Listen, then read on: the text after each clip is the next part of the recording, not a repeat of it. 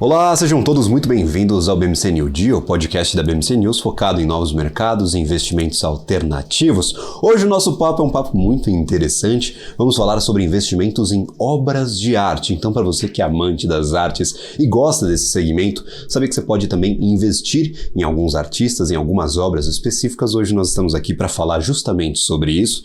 Dar um respiro do mercado tradicional, parar de falar sobre Petrobras, mas antes, claro, de anunciar a nossa convidada, gostaria de anunciar os nossos patrocinadores. Para você que quer ter acesso a investimentos alternativos, nós temos, claro, o patrocínio da Hearst Capital. Então, para você que quer ter acesso a investimentos em precatórios, criptoativos, royalties musicais e agora também obras de arte, claro, tá um QR Code aí aparecendo na sua tela, é só escanear esse QR Code ou clicar no link aqui na descrição deste vídeo, entrar no site da Hearst, abrir a sua conta e, claro, analisar ali as melhores oportunidades para você, investidor que quer diversificar um pouquinho o seu portfólio. Já que a gente falou sobre Hearst Capital, nada melhor para falar sobre artes do que conversar diretamente com a Hearst. Então, gostaria de convidar aqui a nossa participante de hoje, Ana Maria Carvalho, Head de Investimentos em Arte da Hearst Capital. Muito obrigado por ter aceito o nosso convite, ter vindo aqui para bater esse papo conosco presencialmente. Eu acho que essas conversas presenciais são sempre muito interessantes. Claro, Gabriel, obrigada pelo convite, né? New Deal, né? Novos negócios. Exato. E novos negócios é com a Hearst Capital, né? Somos todos, assim, criadores e geradores de negócios para os nossos investidores que transgridem aí as regras tradicionais do mercado, né? O pessoal que normalmente fala que investimentos é só renda fixa e renda variável, a gente tem uma gama infinita aqui de oportunidades. A Hearst lá, só na Hearst tem várias. Sempre aparece alguma coisa nova, a gente tem que se atualizar, montar um programa novo para tentar entender como funciona essa nova modalidade. Mas hoje falamos sobre obras de arte. Primeiro eu gostaria de introduzir a nossa convidada, quem é Ana Maria Carvalho, como que você chegou nessa categoria de investimentos em arte, como chegou na Hearst Capital? Então, eu sou jornalista. Olha só, papo entre jornalistas, a gente tá em casa aqui, é muito caseiro esse. E aí, naquela virada ali da nossa profissão, há 10 anos atrás, eu migrei para fazer comunicação pública empresarial, então que engloba também já a entrada no marketing digital, assessoria de imprensa e tal. E depois eu fiz formação em psicanálise, por uma ambição, assim, intelectual, sempre gostei de psicanálise e resolvi estudar psicanálise. Na época eu até queria fazer clínica, depois eu desisti. E sempre fui apaixonada por arte. Então, eu comecei a estudar sobre arte, a escrita sobre arte, comecei a atender galerias e artistas, produzindo comunicação, texto, release, estratégias de alavancagem com os galeristas e artistas. E sempre fui estudiosa desse tema. Depois fiz um curso da Sotheby's de mercado de arte e comecei a ter o meu olhar sobre isso, né? Uhum. E aí foi quando eu conheci a operação de investimento em obras de arte da Hearst Capital. Já conhecia antes um fundo de investimento aqui no Brasil chamado Brazilian Golden Art, o BGA, do Brasil Plural. Então eu já percebia que esse mercado de investimento em obra de arte, ele existe muito lá fora, mas no Brasil também tem espaço para isso.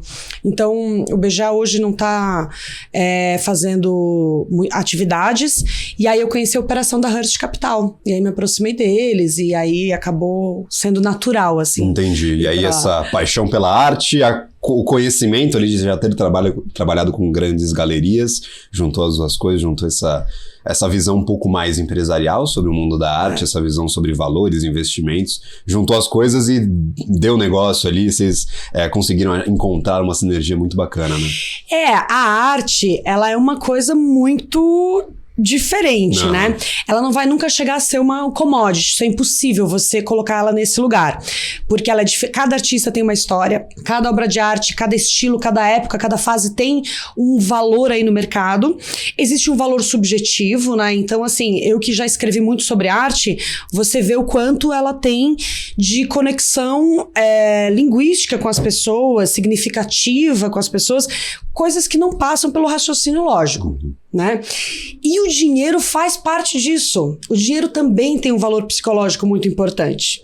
E a arte e o dinheiro, eles se cruzam no mercado de arte e nessa ponte que hoje a gente faz, né, da Hearst, que é o mercado financeiro, com o mercado de arte, né? O porquê que uma obra vale X e a outra vale metade disso e a outra muito menos? Por que alguns artistas excelentes não alavancaram, né?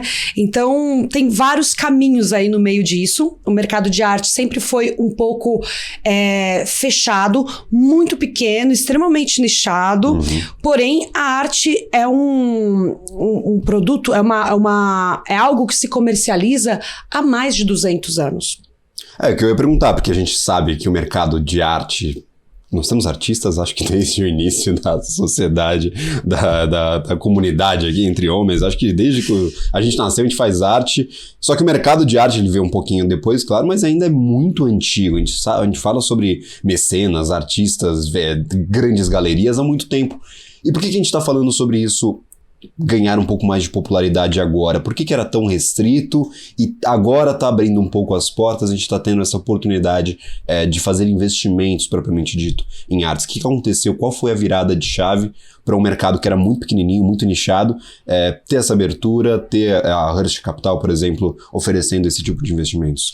Eu acho que tem muito a ver com a fase que a gente está vivendo, né? E a relação que as pessoas tomaram com a arte, a importância que as pessoas estão dando para isso que a arte comunica, né? Essa saída desse mundo muito quadrado, muito de cima para baixo, muito orientado por uma regra, por uma lei. As pessoas estão dando mais valor à subjetividade. As pessoas estão dando mais valor para essas coisas que são o alimento da alma.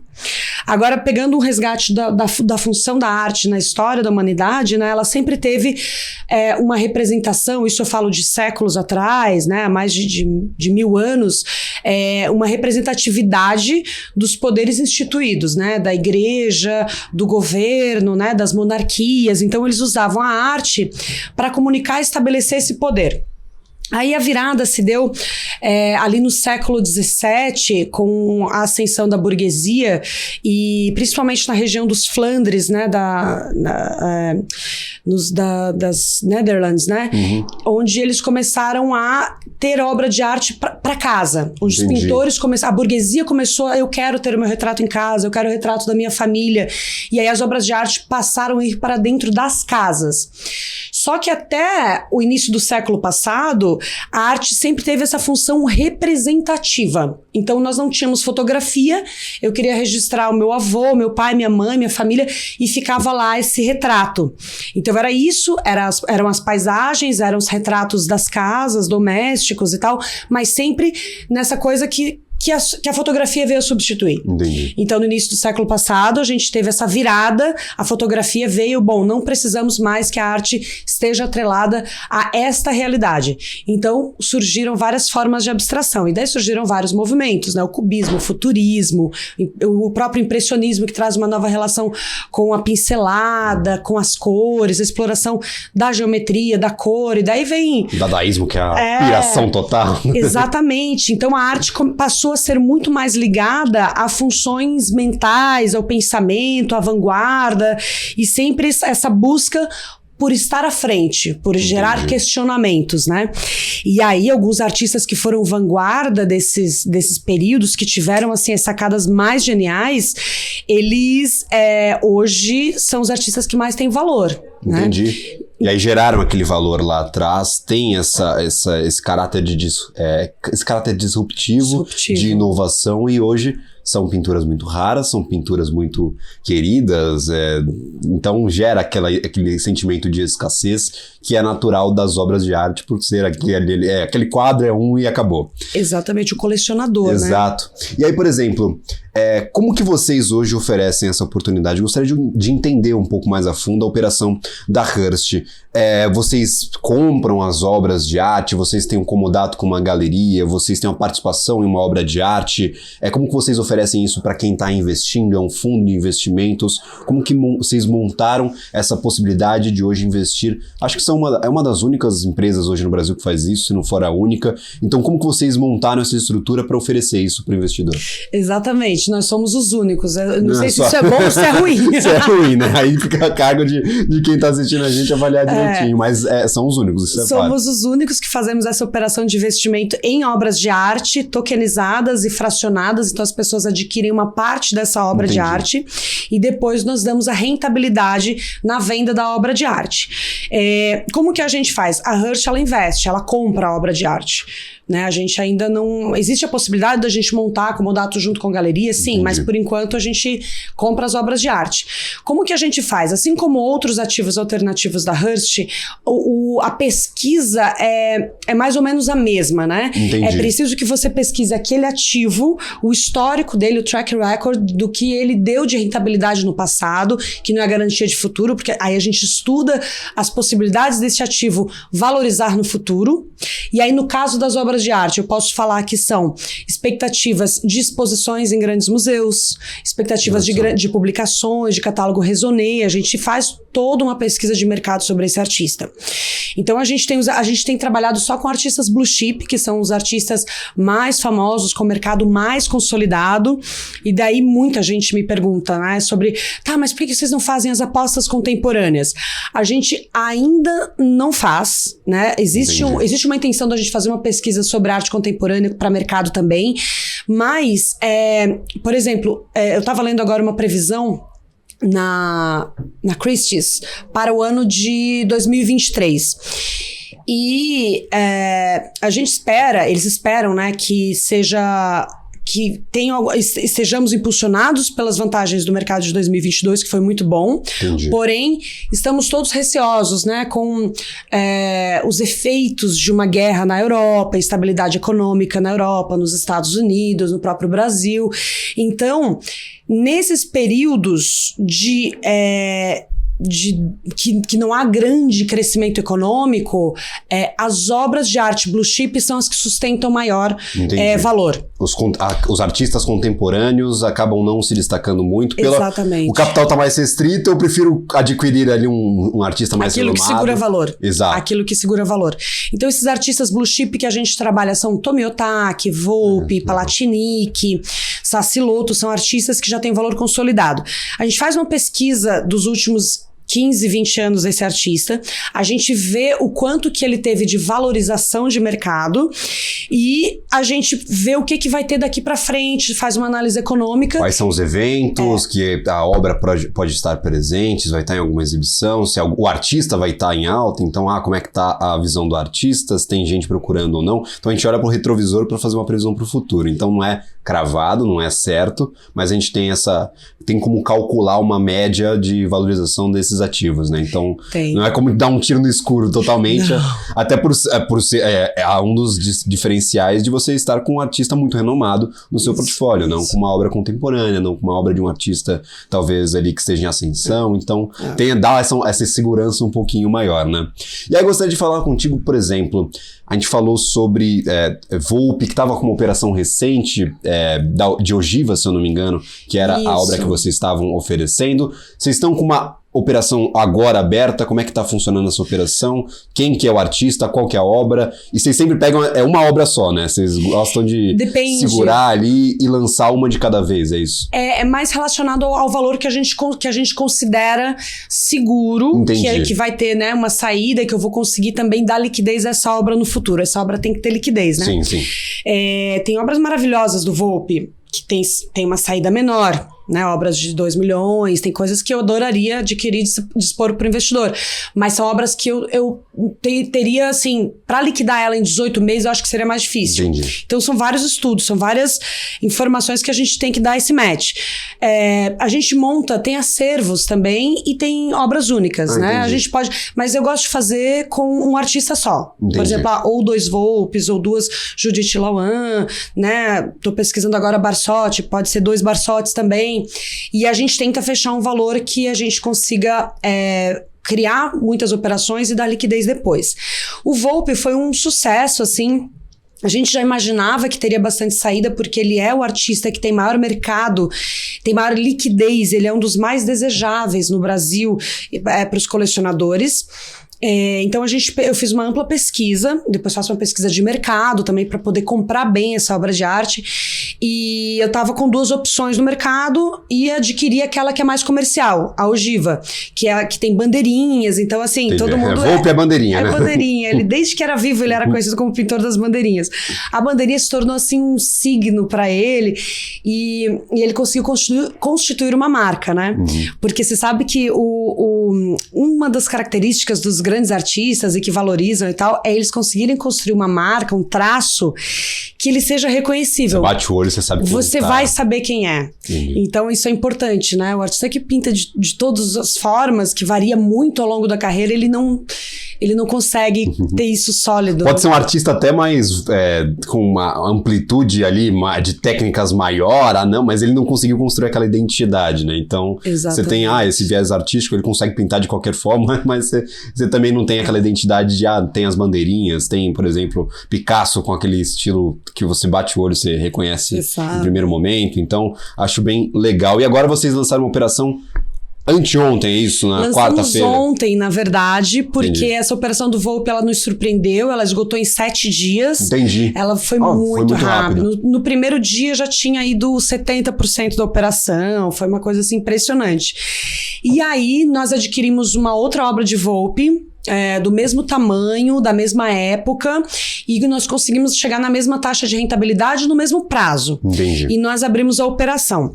Essa obra, porém, ela não tem bandeirinhas, porém ela é uma obra muito mais rara. Entendi. Eu só conheço 2 com essa geometria. Só conheço 2, e a que a gente comprou, modéstia à parte, é mais bonita.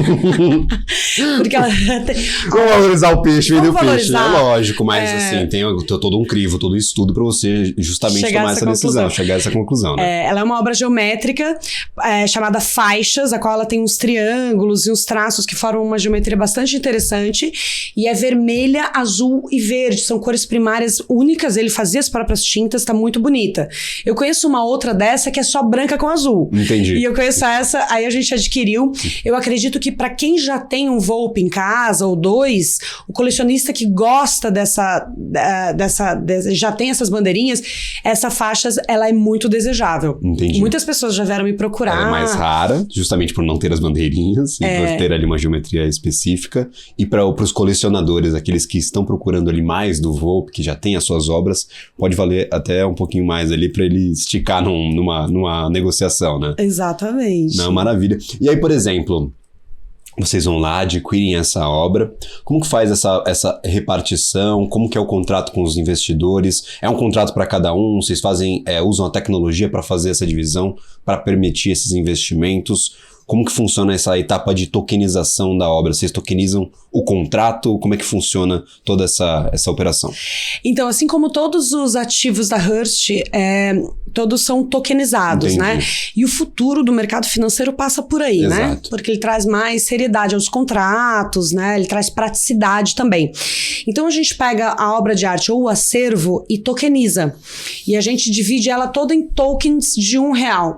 E o investimento mínimo é de R$5.000. Então, a pessoa vai lá e adquire 5.000 tokens.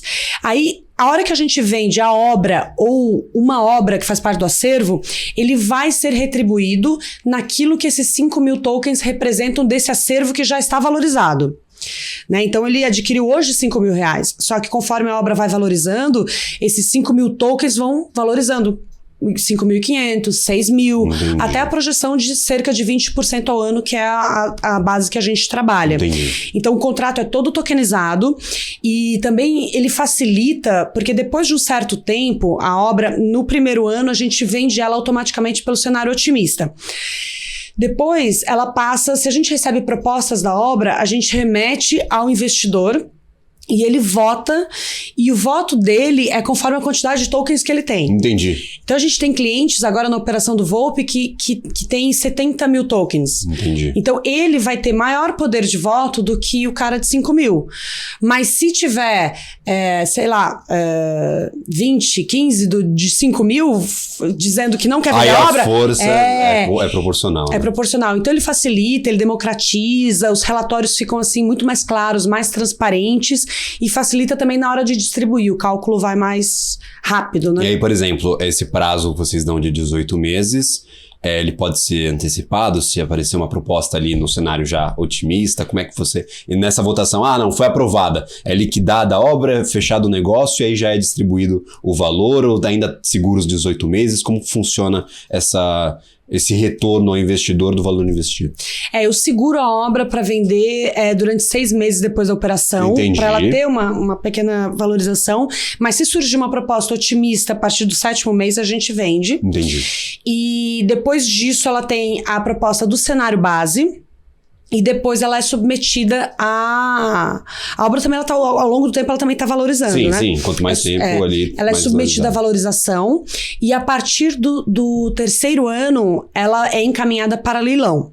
Entendi. E aí ela tem um desconto de 10%, porém, um desconto de 10% com base em toda a valorização que teve nos 3 anos, né? Não é um desconto de 10% que o investidor fez. Exato. Então, a gente foi feito todo um cálculo para tornar esse investimento atraente, né, pro investidor. Entendi. E aí, por exemplo, nós estamos falando sobre tokens, acho que é melhor a gente explicar isso direito, porque tem NFTs aí na parada e aí a gente tem que diferenciar um pouquinho. Surgiu bastante essas artes digitais, essa venda de NFTs no âmbito digital, nessas comunidades ali mais voltadas a criptoativos. A tokenização não deixa de ser com base em criptografia, com base nessa tecnologia, utiliza da mesma tecnologia que algumas obras ali de NFTs, você adquirir uma NFT na internet. No entanto, a NFT ela é uma obra feita diretamente para esse ambiente digital. Já a tokenização, você pega um contrato, você usa a tecnologia para identificar as pequenas partes, aquelas pequenas partezinhas de R$1, você forma um contrato de compra daquele ativo, da obra de arte, e aí você tem aquele direito a voto nas assembleias, se tiver alguma proposta de compra, e você tem, claro, aquele contrato representando uma obra real de um artista renomado. Então é diferente de você comprar uma NFT, que desvalorizaram muito, tem pouca liquidez hoje, tem pouca gente procurando, do que você entrar no mercado de arte tradicional com artistas renomados. Então, a tecnologia de blockchain, a tecnologia de criptografia, ela está presente nessas negociações, no entanto, ela é utilizada mais do que explorada como um ativo. A tokenização ela não é o ativo em si, ela é uma ferramenta para popularizar e para facilitar as negociações entre os investidores. Então, só pra gente deixar mais separadinho aqui, não é NFT, você não tá comprando ali um macaquinho, você tá comprando uma obra de Volpe, está investindo numa obra de um artista ítalo-brasileiro, já é muito renomado. Físico, segurado, exato, do início ao fim da operação. Inclusive, você falou de seguro. Passando aí dessa fase dos NFTs, acho que eu já fiz esses alertas muitas vezes aqui no New Deal, que tecnologia é diferente daqueles ativos de Bitcoin e de NFT.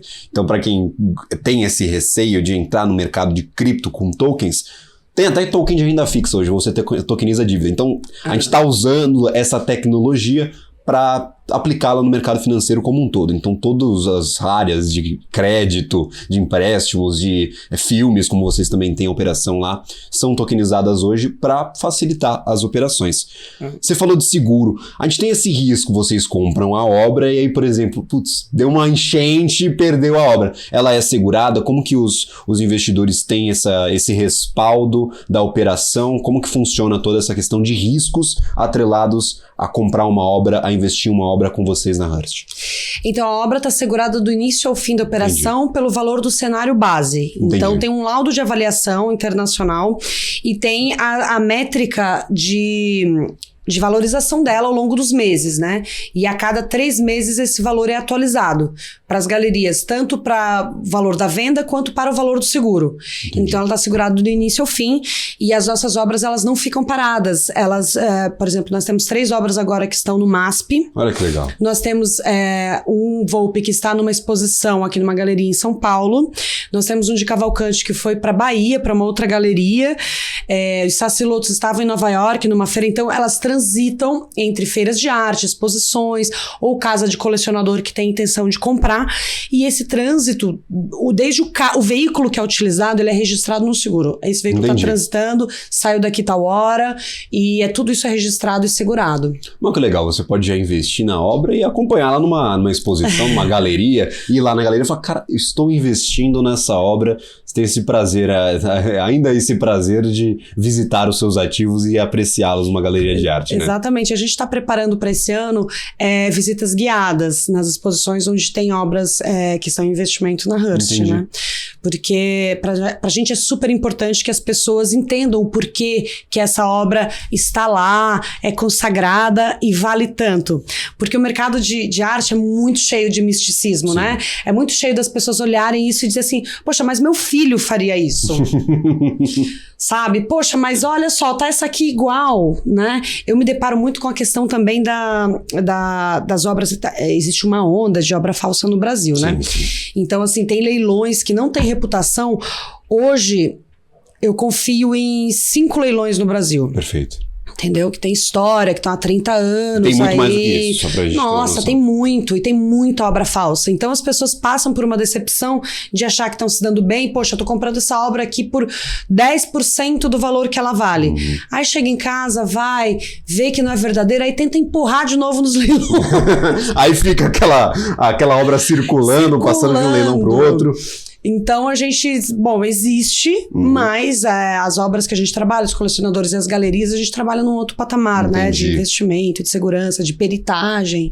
Já tem essa, não é uma operação nova, né? A Hearst, ela já tem essa operação de artes há um bom tempo, né? Ela vai fazer 2 anos esse ano. Ah, entendi. Então já tem ali, já passaram por muitas experiências, já tiveram algumas operações, então...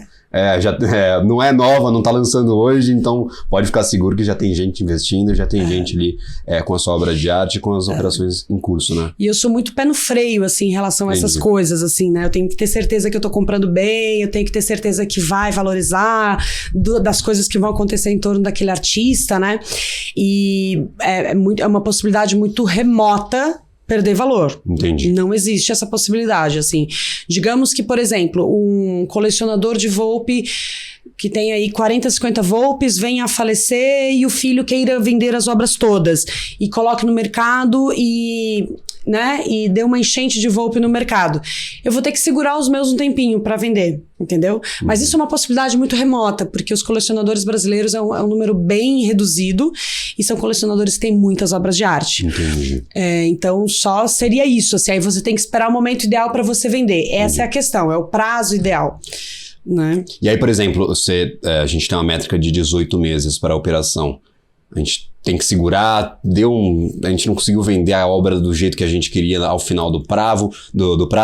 Vocês têm como segurar além dos 18 meses? Tem votação para isso ou não? A obra tem que ser liquidada nesse prazo que vocês estipularam? Como que funciona? Tem, a gente trabalha com votação, né? Entendi. A operação que a gente liquidou ano passado, do Palatinic, ela deu 27% de rentabilidade em um ano. Então foi um fator bem positivo pra gente. E a gente vai trabalhar para continuar mantendo esse padrão. Como as nossas obras circulam muito em feiras, galerias, exposições, ela é muito vista. Então ela acaba... quando você amplia essa visibilidade, não é uma obra que está guardada. Né? Então as nossas obras nunca foram para o escritório, elas vão direto para uma galeria especializada. Não chega no leilão, o pessoal olha e fala, nossa, nem sabia que tinha essa obra do Volpe, não conhecia não.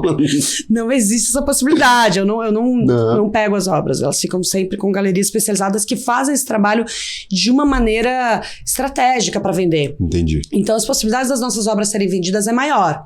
E aí a gente fica trabalhando, fica vendo oportunidades de colocar ela em feiras e tal.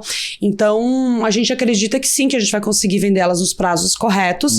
Agora, como eu te falei, se existe um fator desses, puxa, apareceram 50 Volpes no mercado e o valor tá todo mundo querendo vender, eu vou ter que segurar um pouquinho nossa obra. Entendi.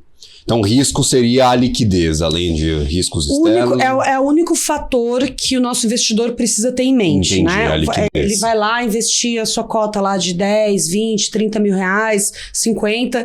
Ele não precisar desse dinheiro nos próximos 2 anos. Entendi. Entendeu? E a gente prevê daí essa rentabilidade de 20% ao ano. Olha só.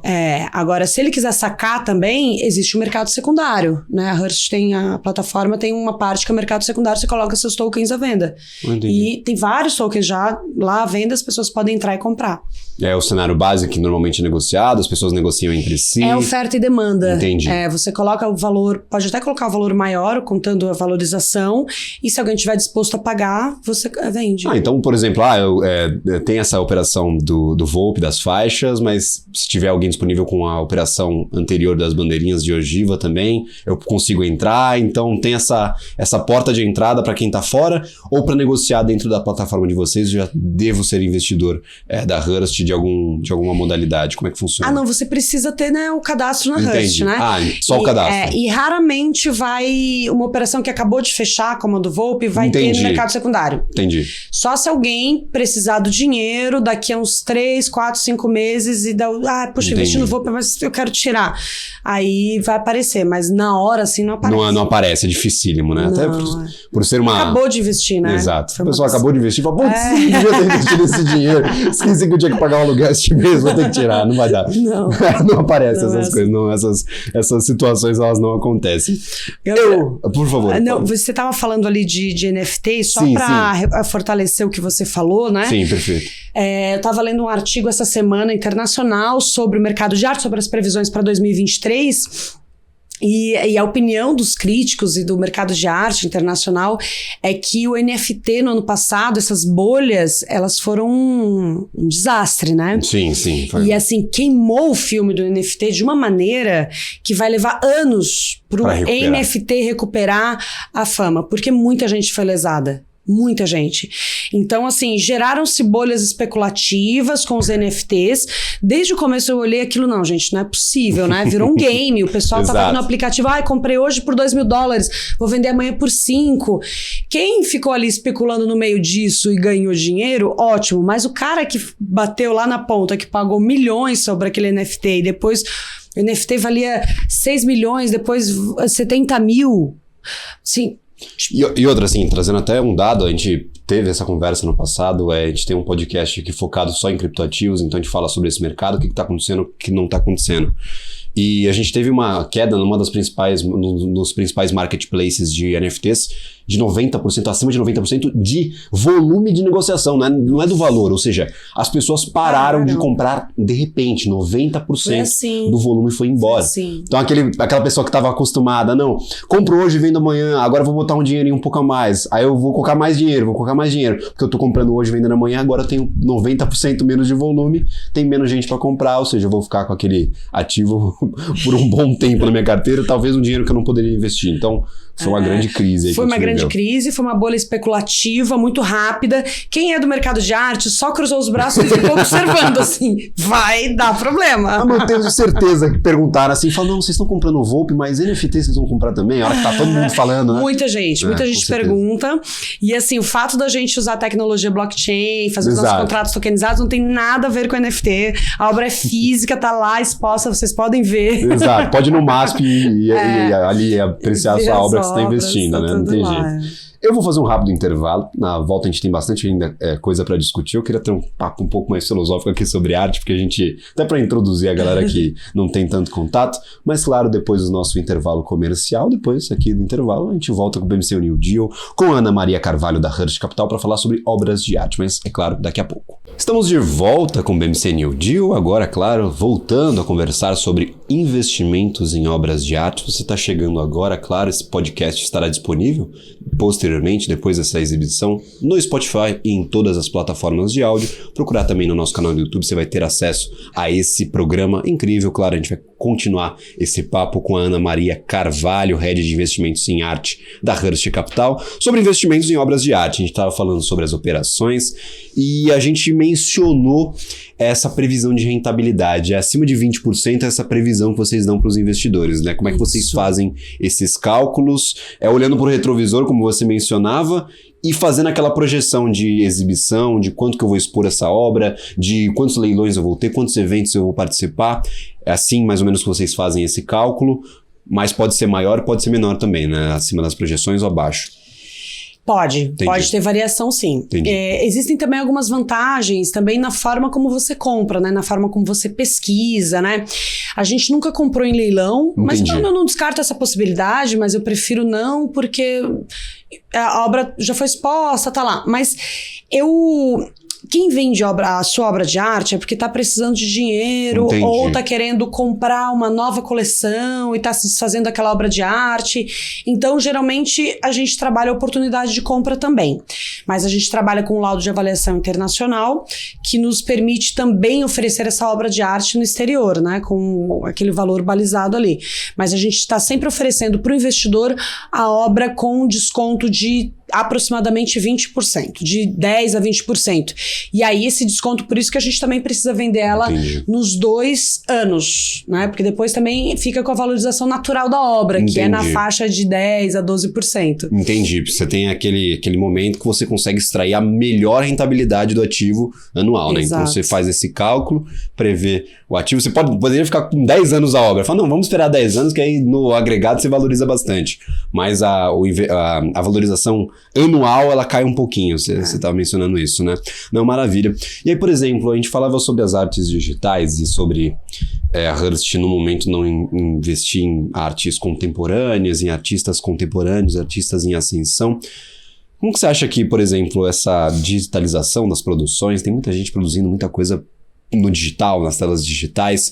Você acha que a gente vai chegar no momento de escassez de novas obras? Como é que vai ficar? A gente passou muito tempo, eu acho que a gente já teve essa discussão milhões de vezes na história da arte mundial.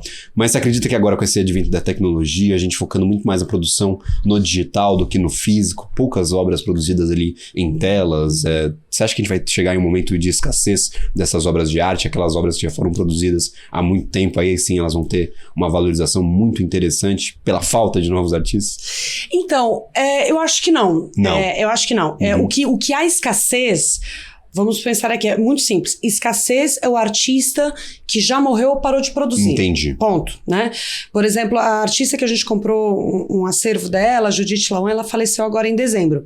Ela é uma artista que teve uma produção na vida dela de 600 obras. Olha só. É muito pouco, é muito escassa. É muito escassa? 600? 600 é muito pouco. Olha só. E uma produção muito genial, muito diferente uma obra da outra. Foi uma artista que foi artista a vida inteira, então ela se dedicou muito, pensou muito. A obra dela tem matemática, tem geometria, até uma arte bastante masculina para a época, assim, foi uma mulher bastante revolucionária. Tem artistas contemporâneos brilhantes no mercado, maravilhosos, esteticamente, em termos de beleza, de poesia, de inteligência, de pensamento, geniais. Então, isso não vai parar. Muito pelo contrário. Entendi. Porque mais pessoas estão dando valor à arte, então tem os jovens colecionadores, tem uma galera nova que não quer comprar um pôster para colocar em casa, não quer mandar imprimir um negócio e frequenta as galerias de arte contemporânea e curte esse ambiente, curte os curadores, curte filosofia e estão adquirindo obras com valores menores. Então, a arte, ela democratizou mais. Perfeito. Tem mais artistas produzindo obras de menos valor, bastante geniais. Então, nesse ponto, eu acho que o mercado de arte é bem positivo e nunca vai deixar de ter. É difícil deixar de ter. A gente falava sobre essa função da arte, né? Nada substitui a presença. Nada substitui você ter algo em casa que te encanta, que te intriga todos os dias e que torna a sua vida dentro de casa melhor. Ou no seu jardim, belíssimas esculturas. Então, essa é o valor da arte, a mágica, que uma arte digital não vai substituir. Porém, eu acho, assim, acredito que o NFT, ele tem um campo interessante a ser desbravado a partir do momento que os artistas plásticos, os verdadeiros artistas plásticos começarem a produzir. Eles já começaram, tá? Sim, sim. Só que por conta desse desastre do ano passado, dessas bolhas especulativas, todo mundo deu uma recuada. Mas tem muitos artistas produzindo videografias maravilhosas, NFTs maravilhosos, e daqui a pouco isso retoma. Agora, vai ter que ser projetado em algum lugar, né? Uma televisão, em algum lugar para poder mostrar isso. O metaverso também é um universo que o primeiro momento nos impactou. Depois disso, muita gente assim, não, eu jamais vou substituir a minha realidade física, pessoal, por uma digital. Então, eu acho que no momento tem muitas ideias, mas nada vai ser predominante. Sim, a gente vai conviver com várias delas, né? Vai. Eu trago pro jornalismo, a gente já falou que o rádio vai morrer há muito tempo, né? Ah, não, o jornal vai morrer, a revista vai morrer, o rádio, esquece, a TV já tá aí para fazer isso. A TV agora vai morrer, então já tá com data de falecimento anotada, porque a internet vai tomar... A gente tá, claro, na internet aqui, mas exaltamos a importância da televisão, dos canais de televisão. Então, todos convivem no mesmo ambiente, não tem mais uma predominância, é o único veículo, é a única forma de se fazer arte, mas você tem, claro, artistas produzindo em todos os ambientes, né? Sim. Não, maravilha. E aí, por exemplo, eu acho até interessante, eu mencionava isso porque na nossa arte, na história da arte, a gente tem muita arte produzida, não em tela, mas que foi produzida por grandes artistas em folhetos, em panfletos, e aí isso acho que a gente vai perder um pouquinho porque a tecnologia vai substituir em grande escala. Eu menciono aqui a obra de Hokusai no Japão, eu gosto muito do Japão e tudo que tem no Japão. Então, Hokusai, ele produziu grandes telas, mas ele tinha muita arte em panfleto. Papel. E aquilo era raríssimo lá atrás, quando a arte japonesa começou a chegar na França, quando começou a chegar na Europa, era raríssimo você ter um Hokusai, porque foi feito em papel de baixa qualidade, e esse papel ele já estava deteriorado, e hoje é mais deteriorado ainda. Então, é isso que eu menciono, tipo assim, a gente tem essa parte que vai ser substituída, mas hoje a gente tem o ambiente digital que nos facilita essa transação. Tem muitos artistas ali que fazem essas obras para panfletos, ou para publicidade, ou para quadrinhos, que hoje utilizam o NFT para comercializar as obras. Então, você tem o original, você tem que é feito hoje no digital, mas você tem um NFT indicando que é original. Então, acho que a gente vai mudar um pouco as coisas, mas... Tem essas alternativas, sim. A pessoa que compra o NFT da obra e a obra, né? Você falou do papel. O papel tem obras maravilhosas, tem artistas que fazem obras incríveis em papel. A gente tem uma opção de não comprar papel. Perfeito. Embora tenha obras raríssimas, valiosas, que podem ganhar valor. Mas o papel tem algumas restrições. Por exemplo, cidades com umidade, como o Rio de Janeiro. Todo mundo sabe que no Rio de Janeiro, você comprar papéis raros e ter em casa, você tem que ter um cuidado especial, né? A moldura, como ela foi fechada para não entrar umidade e tal. Então, a gente tem uma preferência por telas. Entendi. E aí, por exemplo, vocês têm hoje a operação de tela, já tem bastante no portfólio, Sim. Já começaram há 2 anos. Buscam expandir para outras áreas da arte, ou realmente são pinturas, telas, vocês buscam grandes oportunidades? Tem bastante coisa ainda para explorar. Eu tô pesquisando esculturas. Entendi. Contemporâneas, mas ainda é uma tese que eu tenho que pensar algumas coisas, assim, porque a tela, ela é o mais líquido, ela para você levar para uma feira de arte, para viajar para o Brasil todo, ela é mais fácil, sabe? A escultura, pelo menos a escultura para chegar no valor das nossas operações, são esculturas grandes, né? Como que eu vou fazer isso? E existe essa possibilidade. Eu tô visualizando projetos junto a galerias que já tem uma estrutura para venda dessas obras, dessas esculturas. Mas a princípio... ficar na tela. E tem coisas incríveis, né, em tela. Trabalhos maravilhosos pra gente explorar. Tem bastante coisa. Tem, né? Como você mencionava, eu vou produzir 600 telas por ano. Tem artista com mais de 1000 telas também. Tem muita coisa. Então, é um mercado a ser explorado. É melhor permanecer ainda no que já conhece do que diversificar demais e não focar em nada, né? O Volpe, por exemplo, da minha pesquisa, 20% das vendas foram feitas no exterior. Então, assim, é mais fácil você comercializar. Tem liquidez lá fora, as pessoas já gostam, é mais fácil você encaminhar. É preciso pensar em vários fatores, né? Antes de investir aí em tela. E aí, é justamente essa pergunta que eu ia fazer a ti. Como que tem esse mercado lá fora? Você mencionava que 20% do Volpe é vendido no exterior, mas de obras brasileiras, do portfólio de vocês normalmente comercializam essas obras aqui no Brasil? Ou tem leilões lá fora de arte? Tem grandes vendas que vocês fazem para o exterior? Como que funciona essa demanda de arte brasileira fora do Brasil? Então, por enquanto, as nossas obras foram comercializadas no Brasil, mas elas já viajaram para feiras e galerias no exterior. As galerias que a gente trabalha são internacionalizadas, então elas têm uma estrutura interna que comercializa obras em parceria com galerias do exterior e feiras, né? E vai chegar um momento, se a gente não vender no prazo ideal do otimista e do base, a minha preferência é por comercializá-las em leilões no exterior. Entendi. Aí a gente tem que estudar a temática do leilão, a gente tem que mandar essa proposta para submeter a eles para ver, porque são leilões muito criteriosos, né? Entendi. Mas com isso eu conto com a parceria das galerias, sabe? Ah, entendi. As galerias têm esses Que já contatos, tem a equipe, já tem essas que equipes. já tem a equipe que faz, né? Mas as obras viajam, sim. Estavam agora no final do ano em Nova York, Sassilotos na Galeria Leão Tovar, depois para uma feira de arte também em Nova York. Se você é investidor no exterior, a obra pode aparecer numa galeria perto de você também, né? Então, pode estar por aí. Você mencionava que vocês preferem não comprar em leilões, mas que às vezes vendem as obras a leilão, vocês mandam essas obras para leilão. Como funciona essa dinâmica? Por que esse critério? Por que não buscar obras em leilão? Às vezes fica um pouco superfaturada por conta, claro, das ofertas, às vezes você tem esse risco de não estar com uma obra original por conta do Brasil ter essa epidemia de obras falsas. Como é que funciona? Os leilões, eles costumam pedir para baixar muito o valor, né, da obra. Entendi. Na venda. Na venda. Entendi. Na venda. E aí, no caso da compra, você mencionou que preferem não comprar a leilão. Como que funciona? Então, o mercado de arte tem alguns ranços. Entendi, assim, sabe? Por exemplo, entendi. tem um artista que tem uma obra que eu gosto da obra. Perfeito. Só que ela já apareceu em leilão 3 vezes e não saiu. Sabe aquela coisa meio mística assim?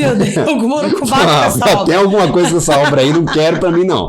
Porque eu depois vou tentar vender, vou ter que colocar em 5 leilões pra sair. Ela tá, sei lá, tem um burro, como é que se falava? Tem um burro enterrado aí nesse negócio. E outra, não é apenas você exibir a sua obra e tem o leilão, tem todos os custos do leilão, tem o transporte, tem a manutenção da obra, tem você fazer o anúncio, tem custos envolvidos com esse leilão, né? Então quanto mais vezes for, você tá perdendo valor nesse custo. Né? A gente vai trabalhar para não chegar a vender leilão. Perfeito, né? certíssimo. E aí tem todo o trabalho de exposição, trabalho de conversa, de analisar propostas antes dos 18 meses. Então, acho que a gente está bem inteirado disso. Os investidores estão conseguindo traçar como é que funciona esse investimento em obras de arte. Infelizmente, estamos nos encaminhando para o final aqui do nosso programa. Acho que a gente passou bem aí sobre os assuntos. Se quiser deixar uma mensagem final a quem está nos assistindo, investidores que normalmente olham para ações de empresas, que agora estão olhando um pouquinho para a arte, o que a gente pode passar para esses investidores, ou para passar um pouco mais de segurança, ou para convidá-los a conhecer um pouco mais sobre a Hearst. Como é que você gostaria de finalizar esse nosso podcast? Então, a gente está muito, assim, tranquilo de estar no caminho certo, de estar fazendo essa operação de uma forma cuidadosa, com base em muita pesquisa, muito relacionamento, também porque passa por isso, as pessoas que vão nos vender a obra, eles têm que a arte tem isso, né? Eles têm que simpatizar com você. Se a pessoa não gostar da operação, achar que a gente está indo num caminho errado, a pessoa não vai vender pra gente. Então, a gente está muito tranquilo de estar seguindo o caminho certo. A escolha dos artistas blue chip, todas as previsões que eu li dos principais canais de arte internacionais, é algo que a gente já sente, né? Entendi. Que talvez o mercado dê uma retraída. Porém, os artistas blue chip são os que menos sofrerão no mercado de arte. Pelo contrário, eles se mantêm um bem escasso, com valor crescente. E mais, a previsão de que o público, que os milionários no Brasil cresçam, né, que são os high net worth individuals, né, que cada país tem um número aí, mas as pesquisas dizem que é mais de 10 milhões de dólares líquido, é considerado um indivíduo high net worth individuals. Essas pessoas têm apreço por colecionismo, por colecionar obras de arte, e sabendo que a obra de arte é uma preservação de valor também, ele não é um bem que vai se desfazer. Tá lá na casa dele, além de estar trazendo beleza e prazer estético para ele, é uma obra que não vai perder valor. Então, esses indivíduos estão comprando mais arte, o número, a concentração de renda vai aumentar. Então, vai aumentar a demanda sobre esses ativos, e os ativos que a gente trabalha são escassos. Então, a gente sabe que a gente está caminhando no caminho certo. Hoje, a gente tem mais gente querendo investir do que a minha capacidade de organizar operações que eu esteja tranquila de fazer. Entendi. Entendeu? Então tem muita gente querendo investir, muita gente interessada. Você mencionou o último VOP, foi rápido? Foi rápido, vendeu em uma semana. Então, assim, só que ao mesmo tempo eu não posso montar operações com base em emoção ou esse artista vai valorizar muito, isso que não dá. Perfeito. É com base em número, é com base em dado, E é com base em como as coisas vão andar daqui para frente também, da nossa capacidade de vender e liquidar as obras certas no prazo certo. Perfeito. Porque os fundos lá fora, né, trabalham com prazos de no mínimo 5 anos. E a gente está se propondo aí 18 meses a 2 anos. Então a gente tem muito desafio pela frente. Estamos otimistas com o que a gente está fazendo, gente querendo investir, prospecção de um futuro bom para as vendas, porém a gente não vai vender milagre para as pessoas. Entendi. Entendeu? Perfeito. Então estejam cientes de todos os detalhes do investimento. É por isso que nós estamos aqui tendo essa conversa para explicar todas as nuances. É por isso que a equipe da Hearst está totalmente disposta também a entender a demanda dos investidores, a atender esses investidores, tirar as dúvidas. Então, para todo mundo que está nos assistindo neste momento, se estiver interessado em investir em obras de arte, nós temos um QR Code aparecendo na sua tela ou um link na descrição. Então, para você investir em obras de arte, em ativos, às vezes até descorrelacionados da Bolsa de Valores, que tem até um apreço pessoal, você gosta daquele ativo, você tem uma ligação com aquele investimento, clica no link na descrição ou escaneia o QR Code e ali no site da Hearst você terá todos os detalhes dessa alternativa de investimentos. Ana Maria Carvalho, Head de Investimentos em Obras de Artes da Hearst, muito obrigado por essa conversa de hoje, agradeço imensamente essas portas abertas que a Hearst deixa para nós da equipe da BMC News. É muito bom recebê-lo sempre por aqui, sempre com uma alternativa nova e é sempre um papo incrível. Muito obrigado mesmo. Obrigada, Gabriel. Agradeço imensamente. Lembrando, a Hearst é patrocinadora desse podcast, então QR Code na tela ou link na descrição. Nós vamos ficando por aqui. O New Deal volta na semana que vem. A seguir, nós temos um podcast aqui incrível. Eu não sei quem vai apresentar o próximo programa. Vou puxar meu saco porque eu acho que sou eu. Então, você fica aí com a nossa programação ao vivo. Não saia daí. A gente parou agora de falar sobre obras de arte, mas claro, mercado tradicional volta em seguida. Um abraço para todos. Até a semana que vem. Tchau, tchau.